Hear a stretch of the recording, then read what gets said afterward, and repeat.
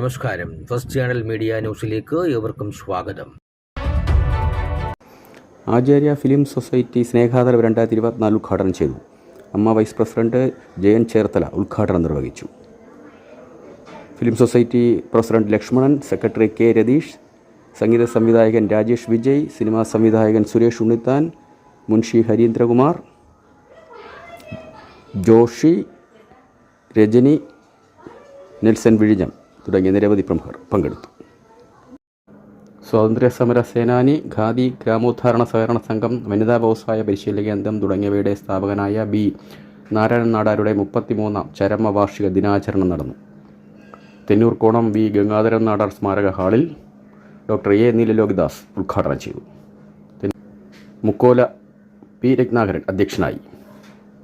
Mukkola P Prabhakaran, C K Babu, S K Vijayakumar, വിഴിഞ്ഞം Jayakumar, Thennoorkonam Babu, N Gopalakrishnan, Chowara Sunil തുടങ്ങിയവർ സംസാരിച്ചു.